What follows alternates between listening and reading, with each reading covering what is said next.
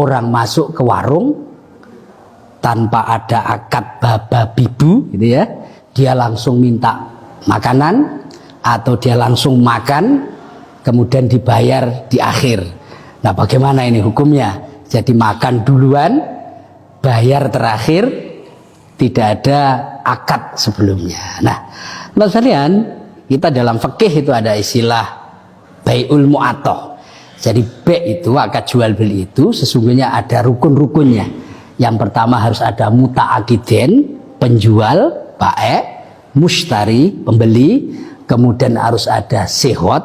Sihot itu bahasa yang menghantarkan akad kedua belah pihak. Akad itu perjanjian. Yang ketiga harus ada ma'qud alaih, yakni barang yang dijual belikan. Nah, di dalam masalah kita itu sesungguhnya sudah ada rukun-rukunnya. Penjualnya ada, pembelinya ada, yang dijual juga ada. Yang tidak ada adalah sihot atau bahasa komunikasi di antara kedua belah pihak. Nah, bagaimana ini hukumnya? Nah, hukumnya adalah bahwa akad yang tidak disertai dengan sihot atau bahasa transaksi namanya adalah akdul mu'athah, yakni akad lunglungan bahasa Jawanya, tanpa ada sihot, tanpa ada bahasa di kedua belah pihak. Ulama tidak sepakat apakah transaksi itu kalau tidak ada komunikasi antara, kalau jual beli antara penjual pembeli, ini sah atau tidak? Ulama tidak sepakat.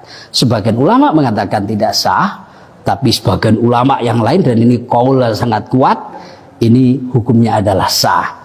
Lah terus kemudian ini namanya apa? Kemudian kalau ini disebut bai'ul mu'athah. Ada yang membahasakan orang yang masuk di warung kemudian langsung makan, kemudian tanya harga di belakang atau dibayar di belakang, tanyanya di belakang.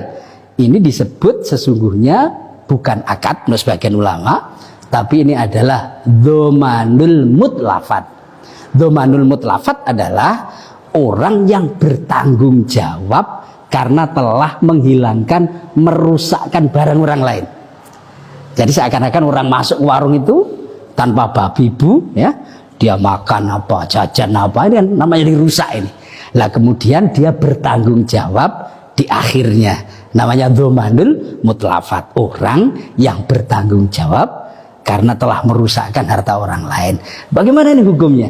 Kalau dia menduga sejak awal bahwa yang dirusak barangnya ini ikhlas, saya kira semua pemilik warung mesti ikhlas. Semesti ikhlas ini. Artinya ikdamnya pertama kali dia berbuat ini sudah halal karena dia menduga bahwa yang punya itu ikhlas. Tapi dia juga punya dugaan, ini pasti kalau tidak saya bayar tidak ikhlas. Toh orang yang mau makan ini juga tidak gratis, dia sudah berjanji pada dirinya nanti akan bertanggung jawab.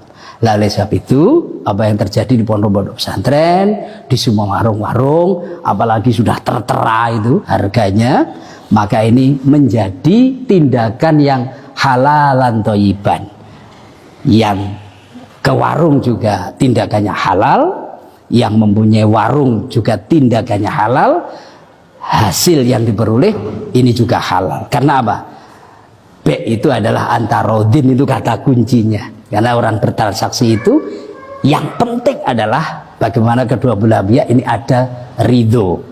Lah di sini terjadi ridho. Oleh sebab itu kalau ada pemalak, nah ini ada pemalak yang di dalam fikih ini tentu karena pemalak, namanya aja pemalak. Pemalak itu orang memanfaatkan situasi, ya. Jadi orang masuk ke warung kemudian karena tidak tanya, tidak apa, lah kemudian soto yang semestinya harganya 10.000 kemudian dia nilai dengan 50.000, 100.000. Tentu tindakan-tindakan ini adalah hukumnya haram karena dia memang tujuannya tidak baik, memalak kepada pembeli. Nah, inilah bagaimana kita bermasyarakat, bertransaksi ini harus memperhatikan hal-hal yang kemudian kita laksanakan apakah sesuai dengan aturan atau tidak. Clear? Jadi inilah hukum bagaimana orang makan di warung kemudian bayar di akhir. Mudah-mudahan